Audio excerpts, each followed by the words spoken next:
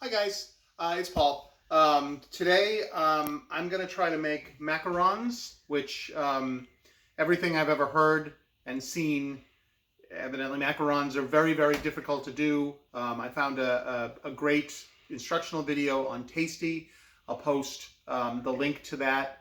It looks like it, is relatively straightforward, and we'll see how it goes. So the first thing I'm doing is I'm going to mix my dry ingredients. It is 1 3/4 cups of granulated sugar. Of powdered sugar. 1 3/4 cups. 1 cup of almond flour and 1/2 teaspoon of salt. They're all going to go into the food processor, and we're going to make it as fine as possible because that's one of the big keys to making macarons, is that the dry ingredients need to be super, super fine. So even if you get fine or super fine almond powder, almond flour, you still got to do this. So what we're going to do is we're going to put this in the food processor. I don't have a very big one, so it may be in like batches. Do that a bunch of times, and then I'll see you when I'm done.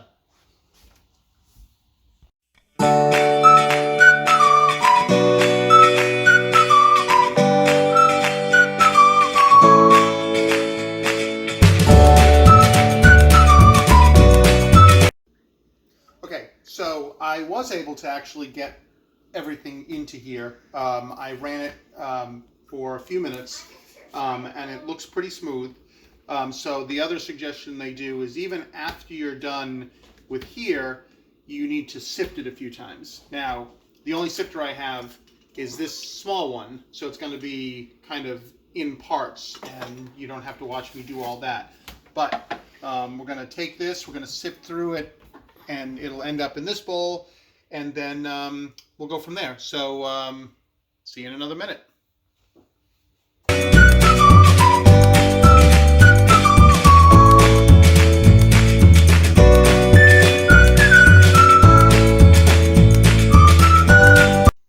Okay, so I've done the sifting. This looks now pretty smooth, I'm hoping. So now we're going to do the back to the wet ingredients. We've got the egg whites that we're using. We're going to add a pinch of salt, and we're going to beat this with the whisk attachment until the word is frothy. So we're going to...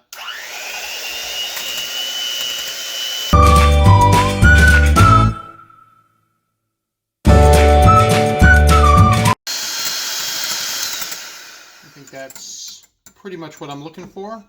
So now I'm going to continue to do this, and I'm going to add the sugar, and I'm going to add the sugar a little bit at a time, not the whole thing, because it won't come out the way you want it if you add it all in at once. So you add some in, and you beat it this way. And what we're going for is stiff peaks.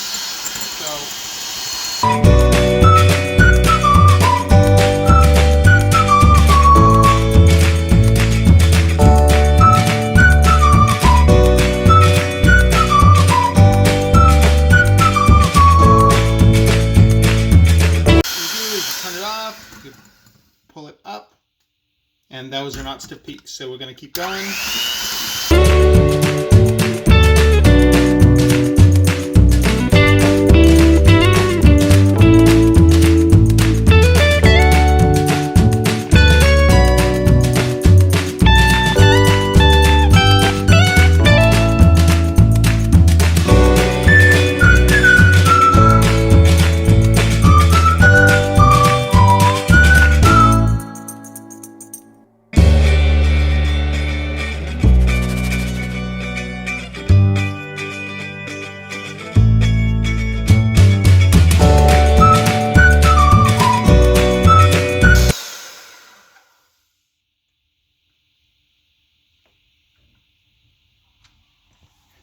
That looks pretty good.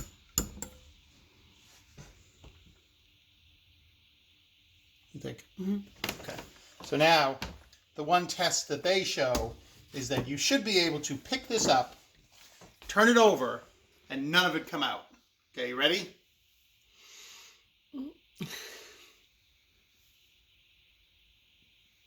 All right, I'm not covered in this solution, so I think that's good. So now is the time we're going to add our vanilla extract, and then we're going to pick out a food coloring. So let me grab that stuff, and give me 1 second. Okay, so half a teaspoon of vanilla extract goes in, and then we mix that up. You don't want to add that too early because it interferes with getting those stiff peaks that all the kids are raving about. So get that all in.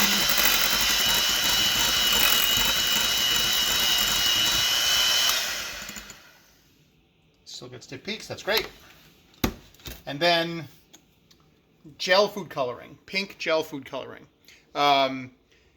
They suggest using using gel food coloring rather than liquid, because liquid will thin out the meringue, and we don't want to do that. So it's just going to be 2 drops. 1, 2. That's like 2.5. So we'll go with that.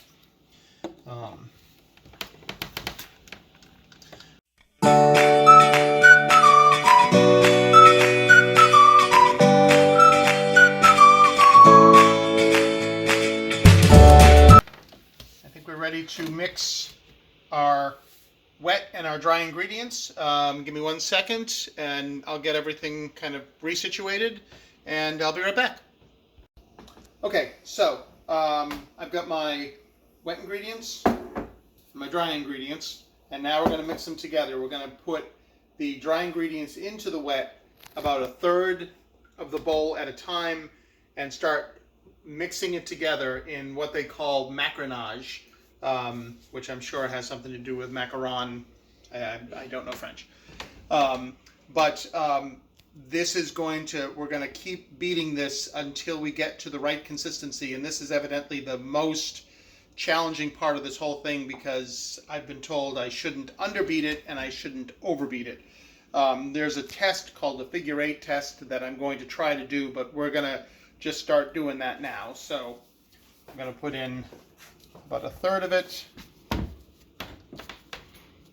and then we're going to just start beating this together. I'm going to fold it in,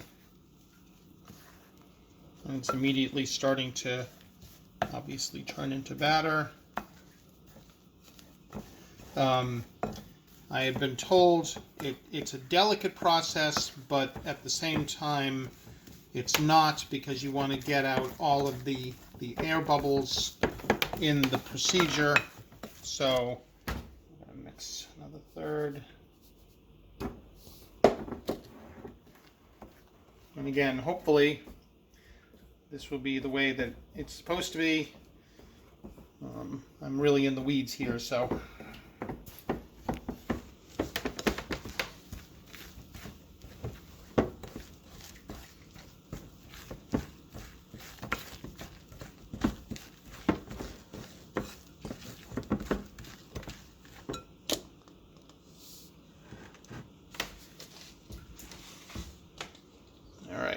all the dry ingredients are in.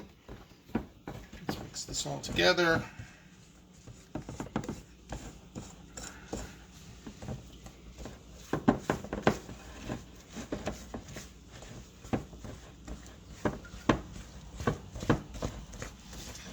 Now, the tasty people said that it should be like wet sand. Somebody also said like lava, but as they say in the tasty video, who's ever really seen lava? So, the test is, again, this figure 8 test. So what you do is you start kind of bringing the batter out and kind of trying to start making a figure 8 with the batter, like that. And once you can make a figure 8, that doesn't break, stop. So kind of go around like that. So it's getting closer, and I can definitely see what they're talking about, and that's great because I'm clearly on the right track. Put that there, get that mixed in.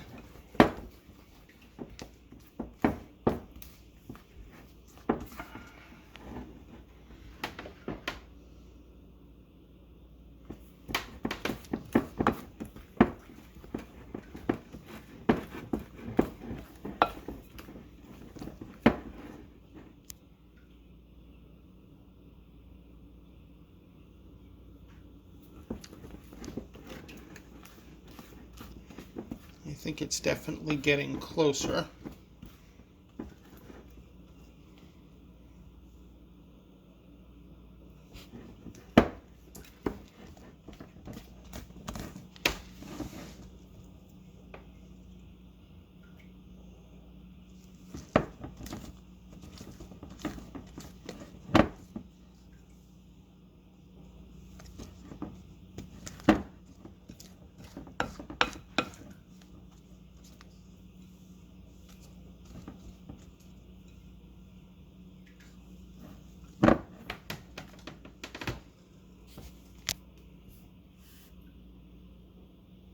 Okay, that's actually really, really good. I'm going to try it one more time, and I think we're going to be good to go.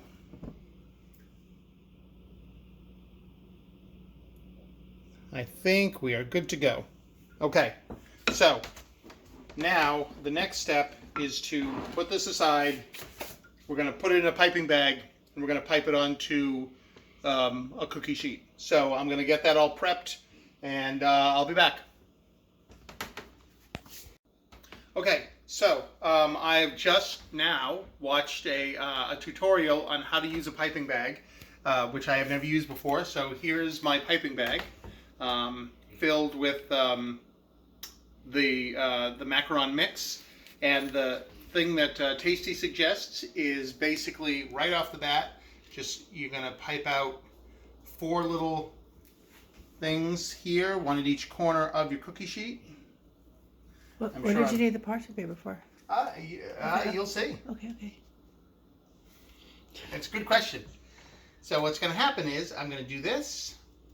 I'm going to put this down, and then I'm going to put the parchment paper down, which will then be secured by the mix that I just put down. And hopefully I won't make too much of a mess because I'm already making a bit of a mess.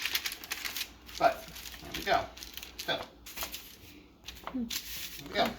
Okay, so now I'm going to actually pipe out the macaron. They tell me it's supposed to be 1.5 inches.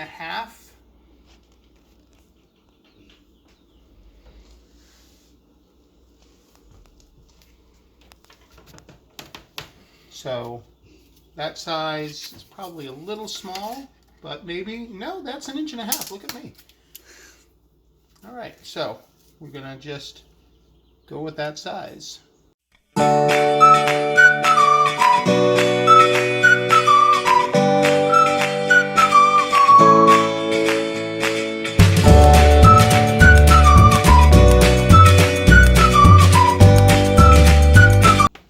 think this is how I'm supposed to do it. As opposed to leaving it up, just leave the tip in. They're getting gradually bigger. I know. All right. Well, we're going to do 2 more. 1.5 inches, 5 inches. Okay. So, the next step that they told me not to skip, and Grace, you can step back, is to drop the pan. Okay. So I'm basically going to take the pan,